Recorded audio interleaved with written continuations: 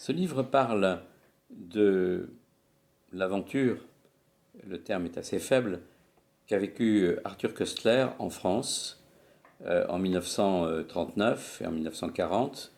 lorsque, il est citoyen hongrois à l'époque, lorsqu'il est arrêté après la déclaration de la guerre, en même temps que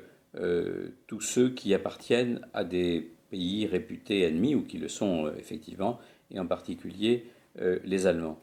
Ces personnes sont arrêtées, sont mises dans des camps dans lesquels il y a déjà des réfugiés, ou plutôt des combattants de la guerre d'Espagne, et cela va constituer peu à peu le vivier pour livrer un certain nombre de ces personnes à l'occupant allemand dans les mois qui suivent.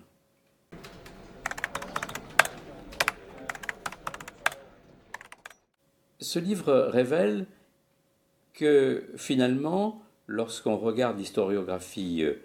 française, et même l'historiographie tout court, il n'y a pas énormément de choses sur cette partie de l'histoire de la Seconde Guerre mondiale, c'est-à-dire l'existence de camps en France sous la responsabilité de Français et dans lequel on a interné des gens qui n'étaient absolument pas les ennemis de la France, et au contraire, qui étaient les ennemis de Hitler. Si on prend l'exemple de tous ceux qui sont emprisonnés avec Arthur Koestler, on se rend compte qu'il s'agit des opposants au nazisme. Mais ils ont été considérés avant tout comme des Allemands.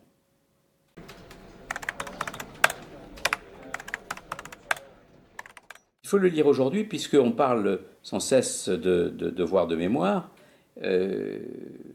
et que sur ce point-là, la mémoire est un petit peu défaillante et que même cette mémoire se reporte d'un point de vue strictement politique. Je lisais l'autre jour dans un journal que un ancien évadé d'un de ces camps n'arrivait pas à faire reconnaître son statut d'évadé parce que ce camp était gardé par des gendarmes français. Et donc c'est un problème qui est encore vif et Koestler apporte un témoignage qui est à la fois troublant et irréfutable.